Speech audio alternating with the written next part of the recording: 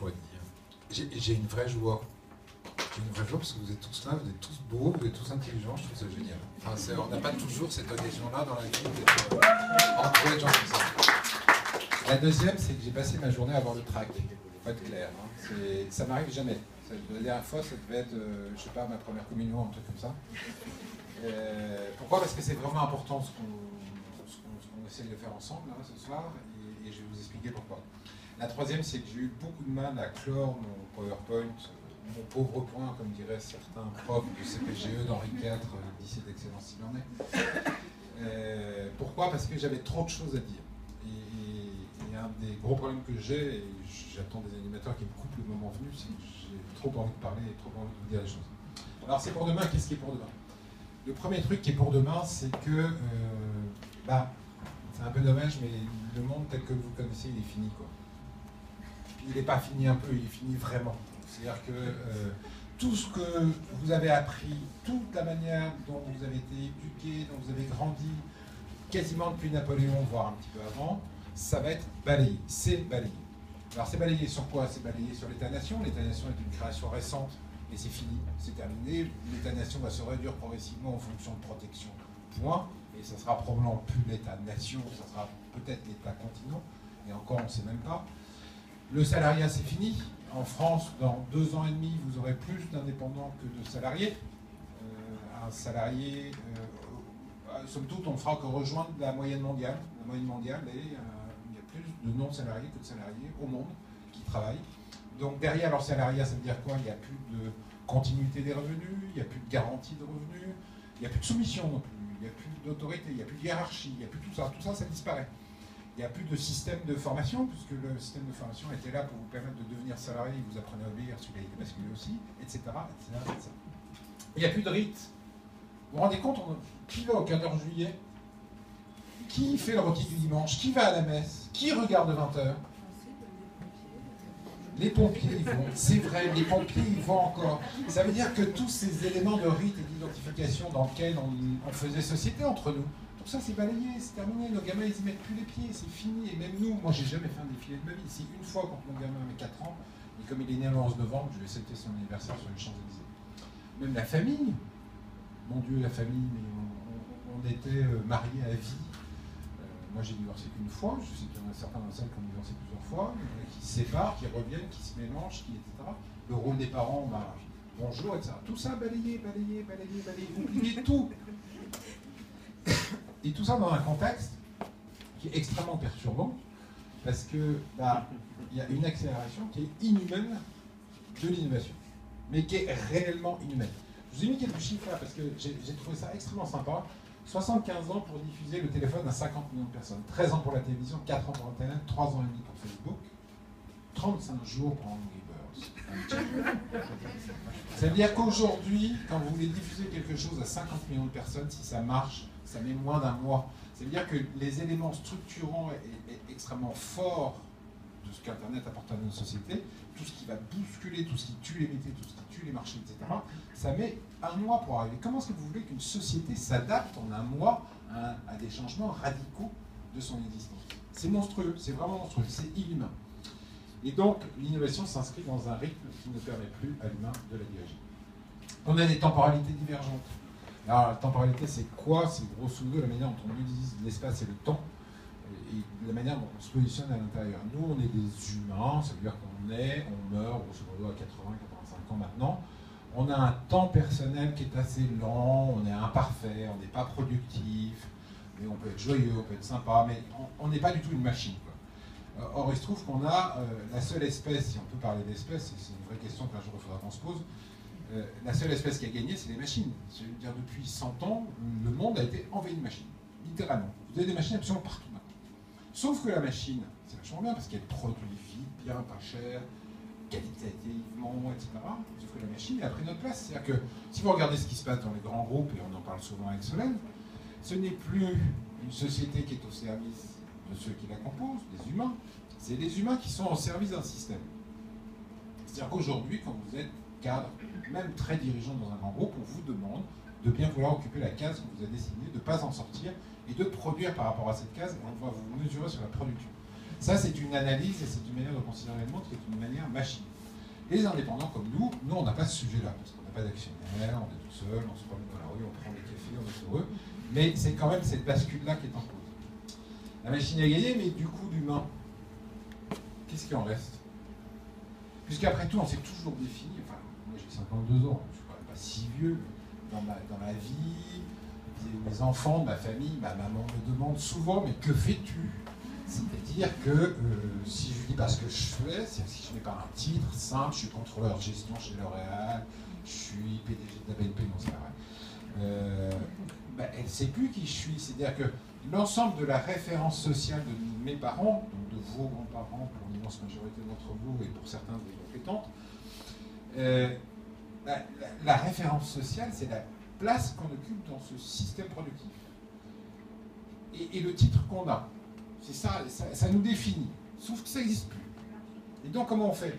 L'humain est sorti du système productif. On est en train d'en sortir complètement. Ça veut dire que comme on ne va plus être producteur, on est sorti de l'agriculture déjà. Hein. On est passé, moi quand j'étais gamin, il y avait 24% d'agriculteurs en France, maintenant il y en a 0,4. Donc on voit bien de quelle manière on est poussé dehors progressivement.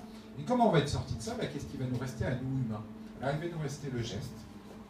J'en ai parlé ce midi avec quelqu'un qui travaille dans le luxe. C'est bien le geste et l'imperfection du geste et la transpiration qu'on met dans le cuir qui fait que l'ANSED et le VMH a connu un tel succès. Il va nous rester la création. Ça, oui, c'est drôle, la création. La création, le jeu, le plaisir, toutes ces choses-là, tout ce qui fait qu'à un moment donné, on arrive à avancer. Il nous reste l'organisation, parce qu'on n'est plutôt pas trop mauvais en organisation. En tout cas, tant que les intelligences artificielles ne sont pas arrivées, on a encore un petit avantage sur elles. Et puis, un truc qui s'appelle le lien. Alors, le lien, c'est quoi? C'est ce qui nous unit entre nous. C'est ce qui permet de créer une vie différente, une vie nouvelle. On mute. Alors, l'humain mute. L'humain va être augmenté. 75% du corps aujourd'hui peut être remplacé par des éléments de synthèse. On n'en est pas à 99%, mais le cerveau ne va pas tarder à arriver. Donc, le jour où on saura remplacer le cerveau, ça va être un peu compliqué pour savoir qu'est-ce qui est humain et pas. On va être augmenté, bionisé, peut-être même immortel. On parle du fait des humains de 500 ans. Enfin, c'est un truc qui est quand même très proche de nous. On parle de l'humain immortel, c'est-à-dire qu'on va dupliquer son cerveau pour le mettre dans une machine.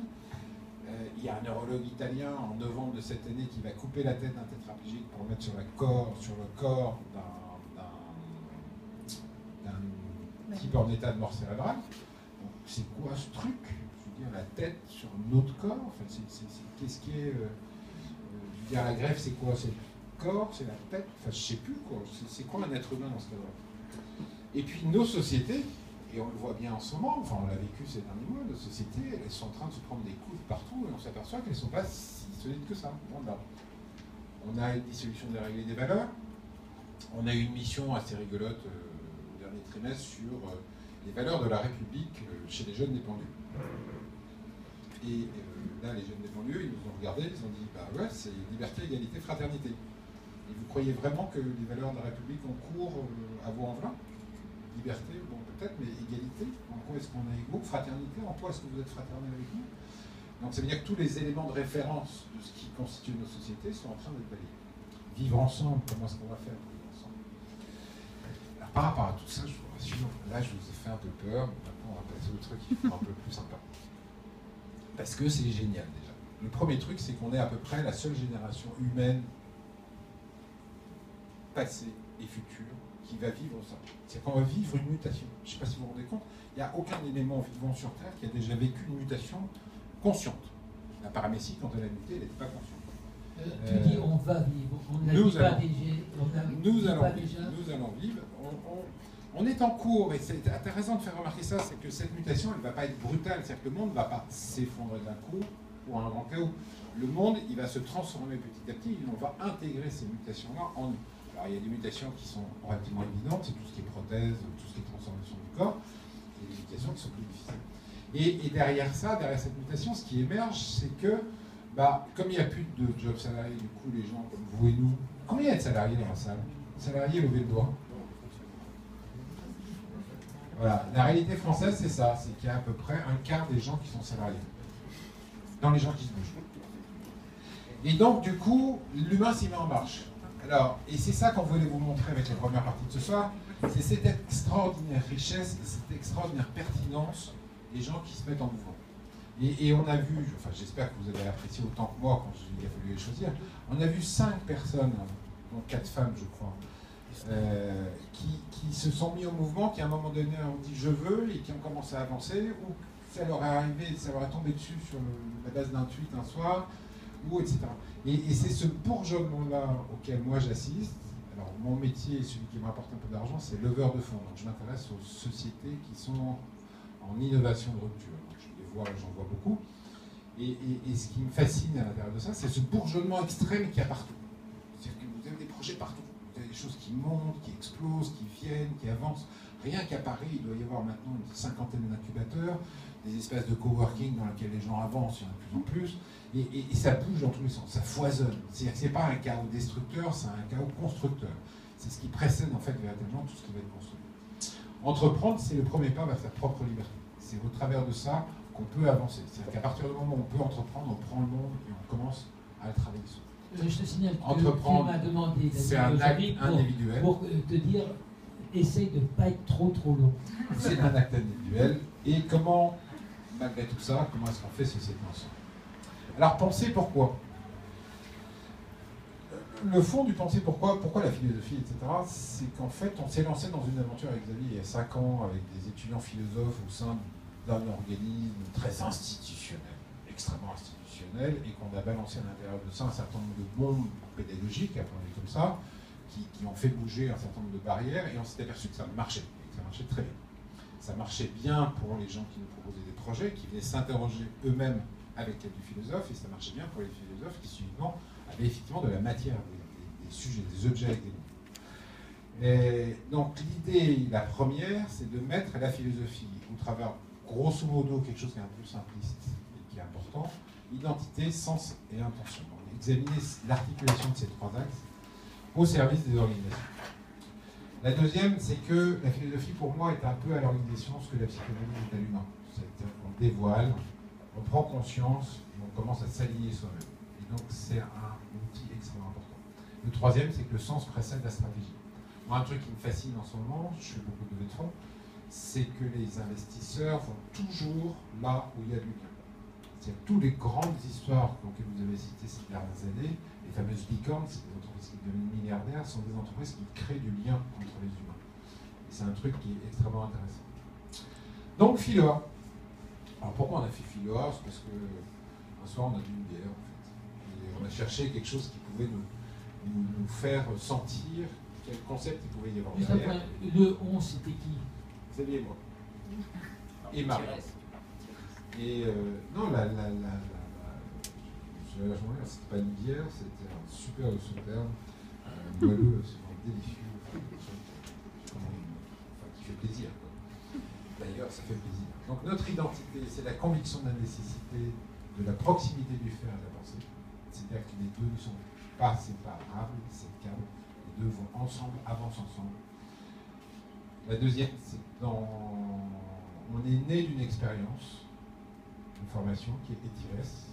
Je voudrais saluer les 70 étudiants qui nous ont suivis depuis 5 ans, et je sais que ce n'est pas toujours facile, et que ces 70 étudiants nous ont beaucoup bousculés, nous ont beaucoup fait avancer, et c'est grâce à leur résistance, à leur critique, et aussi à leur enthousiasme qu'on a réussi à aboutir à ça.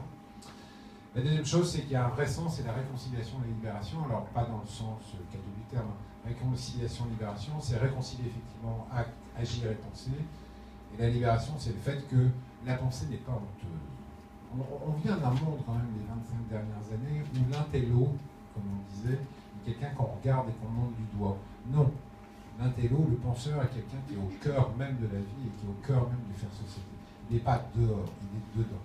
Et c'est cette position-là du philosophe qu'on veut vraiment célébrer et qu'on ne veut pas célébrer dans la tristesse. Et j'espère que vous n'avez pas été triste avec les 5 expériences, j'espère que vous avez été joyeux. Moi, ça fait 5 ans que je m'amuse énormément avec ETIRES, et ce d'autant plus que c'est moi qui choisis les projets sur lesquels les étudiants vont travailler. Et enfin, dans l'intention, c'est simple en utilisant les outils de la philosophie, accompagner l'éducation, dévoiler la réelle, penser dans penser et aider à la justesse des organisations. Et je vais céder à ce stade la parole à Xavier sur le projet pour parler donc dans ce projet de manifeste.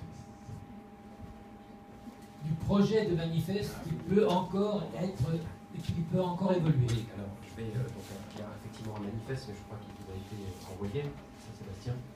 Donc on va peut-être revenir dessus tout à l'heure, mais avant, je voudrais recontextualiser un peu Philosophie Action par rapport à ce que vient de dire Sébastien et par rapport à l'histoire de ce mouvement, de cette démarche qui se lance aujourd'hui, mais qui curieusement et paradoxalement existe déjà. Donc, on est en train de lancer un mouvement qui existe déjà, sous la forme d'une formation universitaire qui s'appelle les TIRES et dont Sébastien vient de parler. Et il faut peut-être revenir à cette origine, puisqu'elle est déterminante de ce que nous avons voulu proposer en lançant au cours de cette soirée ce mouvement Philosophie Action et en essayant de vous y intéresser. Donc ETIRES est né il y a 5 ans, et ETIRES est né d'une rencontre entre un philosophe, un enseignant, chercheur, pur produit de l'université, d'un côté, et de l'autre côté, un homme d'action. Sébastien, et moi-même étant le pur produit de cette université française dont Sébastien a dit quelques mots. Alors peut-être, tu dis des choses effectivement extrêmement justes sur cette université, elle a effectivement aussi apporté beaucoup de choses à ETIRES, et il faudra le rappeler. Donc la philosophie action est née de la rencontre entre un philosophe et un homme d'action. Mais un philosophe qui, de par son travail antérieur, a été amené à travailler sur des objets en lien avec ce dont il est question aujourd'hui. Je m'occupe de philosophie des technologies et en adoptant une démarche qui n'est pas une démarche purement spéculative, mais qui consiste à aller dans les laboratoires de recherche, à aller dans le lieu de la conception technologique et de l'innovation technologique pour essayer de construire les problèmes philosophiques et les outils conceptuels qui permettent de les traiter avec les acteurs et les protagonistes de la recherche et de la conception. Donc un philosophe qui est déjà du côté de l'action, qui a un désir d'une certaine manière d'une pratique de la philosophie qui n'est pas étrangère à l'action. Quant à Sébastien, vous avez peut-être pu vous en rendre compte, est animé par un profond désir de voir le monde exploser. Non pas pour aller vers le néant, mais pour tout reconstruire. C'est-à-dire que c'est un homme d'action, mais qui, dès le départ, bien avant le moment de notre rencontre, était déjà animé par un profond désir de la pensée, et d'une pensée au service de la transformation du monde, de son éclatement, peut-être à accélérer. À temps en temps, on a l'impression qu'effectivement, il faudrait accélérer les choses pour pouvoir tout reconstruire. Donc ce que je veux dire par là, c'est que philosophie action, c'est cet espace entre philosophie et action qui est intéressant. Ce n'est pas la rencontre de la philosophie, une philosophie déjà faite, une action qui est déjà verrouillée dans ses fondamentaux, c'est un espace entre les deux. Cet espace est avant tout un espace de désir. C'est un espace où il s'agit de bâtir quelque chose et qui est travaillé par le désir, un désir commun. Et ce mot-là de commun, c'est le deuxième mot le plus important probablement, après le désir, c'est le commun, ou l'intérêt. L'intérêt, c'est l'intéressé, c'est ce qui est entre nous. C'est-à-dire, c'est un objet qu'on construit ensemble, et tous les chantiers que nous allons ouvrir ce soir seront des chantiers où il va s'agir de construire quelque chose, de bâtir quelque chose, en intéressant un certain nombre de gens, le maximum de gens, c'est-à-dire en créant du commun, dans lequel chacun va pouvoir investir avant tout du désir. Et cet objet commun que nous avons construit avec Sébastien, qui était totalement improbable à l'époque, pour un certain nombre de raisons, qui était totalement improbable, c'est ETIRES. ETIRES, c'est donc d'abord une formation philosophique pour des étudiants de philosophie, mais pas que de philosophie d'ailleurs, qui forme des étudiants non pas à devenir des philosophes professionnels, mais qui forment des étudiants à devenir ce qu'ils voudront devenir par ailleurs, tout à fait autre chose que des philosophes de profession, mais qui seront en capacité et en désir de pratiquer dans leur profession la philosophie, la réflexion philosophique. Et on les initie en leur fournissant un certain nombre d'outils, un certain nombre de pratiques à cette philosophie contextualisée, cette philosophie que moi j'appelais avant de rencontrer Sébastien, avant qu'on lance ce mouvement de philosophie de terrain, et que philosophie action traduit peut-être mieux. Donc philosophie action, c'est la continuation des TIRES, c'est-à-dire c'est l'ouverture de cette pratique de la philosophie sur des scènes autres que la formation universitaire. Tous les chantiers qui vont être ouverts aujourd'hui sont des chantiers qui déclinent ETIRES, qui déclinent cette pratique contextualisée de la philosophie en dehors des murs de l'université, en dehors de contexte de formation, et qui vont déboucher sur des créations du commun, la fabrique de commun, par toutes sortes d'acteurs, d'autres qui viendront en fonction d'intérêts, en fonction de désirs propres liés et à l'action de la philosophie. Alors, je ne sais pas, est-ce qu'il faut revenir sur le manifeste Non, mais dans ton manifeste, il y a le début, c'est l'ambition. Et l'ambition est énorme, parce que tout à l'heure, Sébastien faisait un constat le constat de cette révolution à laquelle nous assistons. Mais selon Sébastien, on peut participer, on peut avoir une action et agir et de façon efficace. Alors oui, bien sûr, mais j'ai envie de dire que l'action, elle n'est pas le propre du philosophe. Justement, c'est ma question. Dans ce manifeste, alors l'ambition de ce manifeste, encore une fois, enfin l'ambition de Philosophie Action et qui doit s'exprimer dans ce manifeste n'est pas un document établi une fois pour toutes, c'est un chantier lui aussi. Vous êtes tous amenés à y contribuer si vous le souhaitez. C'est un objet lancé dans le monde, on vous en parle. Donc l'ambition de Philosophie Action, qui cherche à s'exprimer à travers ce manifeste, c'est de créer ces espaces de co-création, de co-construction d'objets communs, à travers lesquels des désirs hétérogènes, des désirs qui sont plutôt portés par des philosophes, par des apprenants en philosophie, qui sont plutôt portés par des personnalités déjà engagées dans ces actions, dont on a vu plusieurs exemples tout à l'heure, pourront se rencontrer, construire, fabriquer ces objets partagés. Alors ça peut être, on en parlera tout à l'heure, des espaces de recherche, ça peut être des espaces d'interrogation, ça peut être des espaces de création de projets très concrets. Tout ça relève de ce que j'appelle des objets partagés. Un objet, c'est pas forcément quelque chose de matériel. C'est ce qui nous unit, tout en nous différenciant d'ailleurs. C'est ce qui fabrique de l'hétérogénéité, mais une hétérogénéité dans laquelle on retrouve ce désir commun qui permet justement de faire quelque chose ensemble. Donc l'ambition de Philosophie Action, c'est ça, c'est de déployer, de multiplier ces espaces où du commun pourra se fabriquer.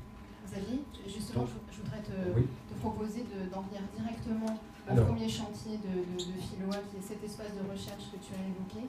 Maintenant oui, d'accord. Oui, je pense que comme ça, parce que le reste, on te posera des questions à la fin, et de peut-être inviter Olivier et Philippe à te rejoindre pour évoquer ce chantier de l'espace de recherche propre à Philoa. Donc, pourquoi un espace de recherche je suis parti d'un diagnostic et on s'est retrouvés tous les trois là-dessus. Le diagnostic, c'est que la recherche, évidemment, la recherche universitaire, la recherche académique, c'est extrêmement vivante, elle offre énormément de possibilités aux étudiants, mais sous contrainte. Contrainte de quoi? Contrainte d'obtenir un statut. Contrainte de passer par certaines voies obligées, des concours, des thèses, etc. L'université, c'est vrai, offre aussi des perspectives, des possibilités extrêmement intéressantes à des hommes et des femmes qui sont déjà en expérience professionnelle et qui ont envie de revenir vers l'université pour retrouver une dimension réflexive dans leur activité et passer un temps à l'université. Mais ça se fait nécessairement, là aussi, sous contrainte, c'est-à-dire intégrer un master et produire un exercice très académique qui peut être un mémoire, qui peut être, alors, moins souvent une thèse, mais là aussi, on est vraiment sur des choses qui sont peut-être difficiles à mettre en œuvre pour un très grand nombre de personnes déjà engagées dans la culture. En tout cas, c'est mon constat. Donc l'idée de cet espace de recherche, c'est de décloisonner précisément l'activité de recherche et de permettre à des gens qui n'auraient pas ni l'envie de se lancer dans une thèse. Une thèse est un processus incroyablement long, difficile. C'est le seul processus, à ma connaissance, qui permet d'aller vraiment sur de la recherche où on peut entrer aussi, articuler recherche et action, penser et faire à d'autres niveaux de la formation universitaire. C'est quand même beaucoup plus difficile.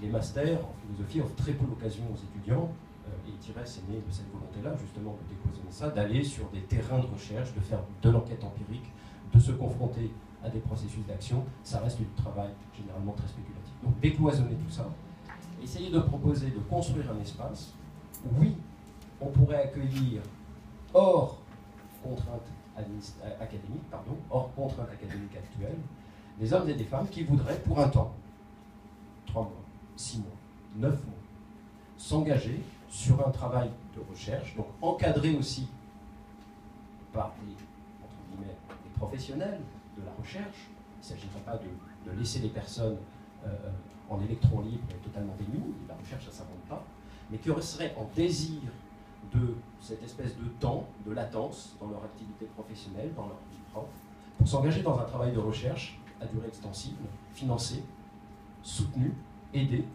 avec la garantie précisément d'être mis en contact avec des publics et des univers extrêmement divers pour expérimenter précisément cette manière de frotter la pensée philosophique et la réalité du concret, du terrain, des formes d'action engagées. Donc cet espace de recherche aurait pour vocation à transposer en dehors des murs de l'université, en dehors des laboratoires de recherche très académiques, extrêmement vivants encore une fois, mais finalement avec un ticket d'entrée très coûteux, j'ai envie de dire ça comme ça, de permettre à des individus, des hommes et des femmes qui seraient en désir de cette rigueur-là, de pouvoir y entrer en abaissant le coût d'entrée pour lui et en fournissant des outils d'accompagnement, d'aide, afin que cette recherche produise des résultats attendus et espérés. Voilà. Donc, un espace de recherche de ce type est nécessairement co-construit, c'est-à-dire qu'il faut précisément des moyens, il faut des moyens d'encadrement, des moyens financiers. L'université a des moyens financiers, mais toujours par des agences de moyens, par l'ANR, par les régions. Ça passe toujours par des projets portés par des collectifs qui sont des collectifs universitaires, du CNRS. Aucune manière, aucune possibilité pour des non-universitaires de s'inscrire là-dedans. Voilà. Est-ce que Philosophie Action peut être une occasion de donner une place à des apprentis chercheurs, à des chercheurs non professionnels, à des chercheurs non académiques, mais qui aura une exigence véritablement de démarche de recherche, hein, et qui devrait pour cela être accompagné dans cette démarche. Voilà, donc peut-être je vais laisser la parole à Olivier, et puis à Philippe qui a été associé à ETIRES cette année, à travers d'une mission ETIRES, et qui présentera certainement un peu plus en détail son activité d'éditeur. Recherche dit édition, dit production de contenu, dit Sébastien, évidemment.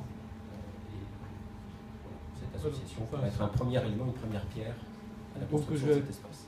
Pas parler non plus présenter Décision Durable de trop longtemps, c'est juste le fait que quand je l'ai créé, c'était pour diffuser de l'information sur le développement durable, hein, d'une manière générale. Après, on s'aperçoit que la diffusion d'informations toute seule, c'est quand même un peu frustrant, parce que justement, ce qu'on cherche quand même dans le développement durable, c'est qu'il y ait une action, c'est que les gens prennent en charge des projets et créent des entreprises, des projets, etc. Et donc passent à une dimension qui soit plus active que celle de lire seulement. Donc il y a un peu ce rapport entre la connaissance et l'action. Et quand j'ai rencontré, ça fait même un peu plus, Sébastien et Xavier, par l'intermédiaire de Françoise d'ailleurs, il y a 2 ans, j'étais vraiment de plein pied avec cette démarche-là, de dire, bon, c'est bien de penser, c'est bien de voir ce qui se dit, c'est aussi bien d'agir et de lier les deux. Donc voilà.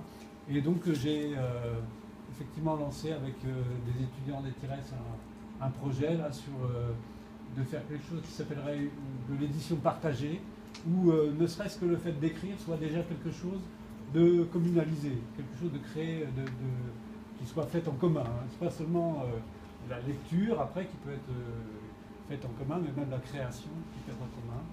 Et donc je vois Arsinoé qui est là et qui a travaillé sur ce projet.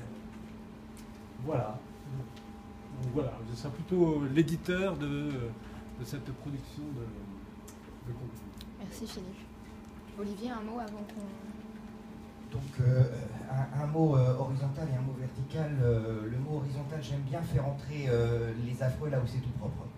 Et donc c'est la raison pour laquelle dans mon établissement tout propre, je me suis battu et ça fait partie des très rares combats que j'ai gagnés parce que je suis quand même supporter du Stade de Reims. Donc j'ai réussi à faire entrer dans mon établissement des tas de boursiers, des tas de gens pas propres qui venaient de tas d'endroits qui n'avaient jamais pensé un jour pouvoir réussir, Normal Sup, Polytechnique, HEC. Ça fait partie des grandes fiertés que j'ai le soir en me regardant. Parce que sinon... donc ça c'est pour l'horizontalité qui fait que j'ai rencontré Sébastien évidemment sur ce terrain-là, faire rentrer l'inattendu dans le traditionnel. Et puis il y a la verticalité qui est celle de ma formation d'historien, qui fait que, comme souvent je suis tout à fait en désaccord avec Sébastien, cette période de mutation incroyable qu'on vit, il y en a eu des palanqués. L'Empire romain s'est effondré, les gens se sont dit tiens, l'Empire romain est en train de s'effondrer, c'est cool, qu'est-ce qu'on fait? Le Moyen-Âge s'est effondré, les gens se sont dit tiens, c'est la Renaissance, je suis un homme de la Rinascita, qu'est-ce qu'on fait? Les gens de la Révolution française se sont dit tiens, on est en révolution et on casse tout. C'est-à-dire que nous vivons effectivement un temps de bascule, ce que peut-être je peux essayer d'apporter dans le brain trust théorique, machin, que pilote Xavier, c'est ça. Je voudrais juste te poser une question. Le qu'est-ce qu'on fait à la Renaissance, à la chute de l'Empire romain, il y avait une durée du qu'est-ce qu'on fait. Est-ce qu'on a le temps de se poser la question aujourd'hui? Oh, je pense qu'on l'a peut-être plus encore que les gens de la Renaissance, parce qu'on vit plus longtemps. Lorenzo Valla, il se fait cramer, il a moins de 50 ans. Pic de la Mirandole, l'homme le plus cultivé du monde, il meurt, il a 24 ans. C'est le type qui savait tout. Donc on a beaucoup plus de temps que ça. On est plutôt dans une période, comme le dit Sébastien, là de ce point de vue-là, je suis d'accord avec lui, c'est super emballant, on a du temps. On a du temps et puis surtout des moyens pour démocratiser la réflexion collective. C'est ça, pour moi, Merci à tous les trois pour cette présentation.